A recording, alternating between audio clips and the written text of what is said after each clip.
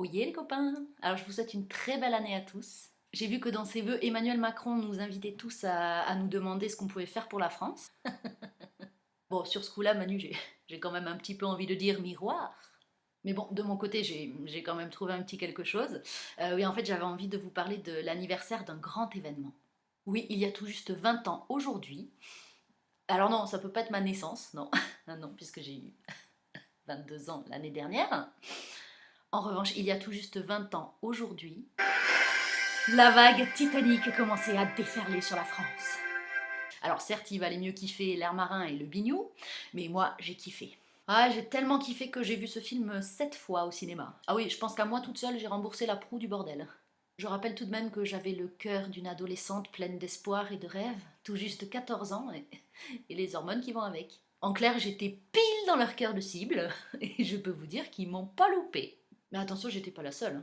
Je me souviens, on y allait entre copines, on se tenait la main pour pleurer dans les moments tristes, c'est-à-dire tout le film.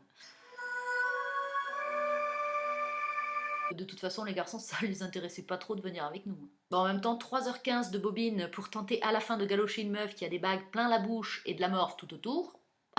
Laisse tomber, je comprends. Et puis pour nous, les filles, c'était pareil. Je vais te dire, après ce film, ce qui nous faisait rêver, c'était le Big Love avec Léo. Pas le Big Love de 4ème B. Parce qu'il faut dire que cette histoire est magique. C'est tellement romantique. Attends, l'histoire d'un gars qui dévergande une jeune fille en lui apprenant à cracher des molars, à poser à poil, avant de la dépuceler à l'arrière d'une bagnole. Si, enfin, faut voir le film, quoi. Je vous accorde que c'est le film avec le moins de suspense au monde. Ouais, ben, on sait tous qui va couler, le gros bateau. Qu'est-ce que vous voulez, moi, ça m'émeut toujours. À chaque nouveau visionnage, j'espère, j'y crois, je croise les doigts de toute mon âme et je me dis, putain, mais il va tourner avant l'iceberg, ce connard. Il était pas indiqué sur Waze. Et puis elle va quand même finir par bouger son cul et lui laisser une place sur sa planche de merde. Puis non, inéluctablement, Jack se retrouve dans l'eau gelée. Et même là, tu sais, quand elle essaie de le réveiller,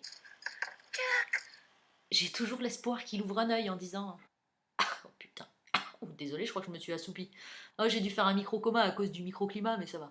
J'ai un peu des glaçons à la place des glaouis et un mini Mister Freeze dans le calbut, mais t'inquiète. Une fois séché et décongelé, on se marie, je te fais compte, j'arrête le dessin, je me mets à la plongée. Enfin, en attendant de trouver une fin alternative à Titanic, Léo, lui, il en cherche une pour la planète. Et franchement, lutter comme ça contre la fonte des glaciers après ce qui lui est arrivé, respect.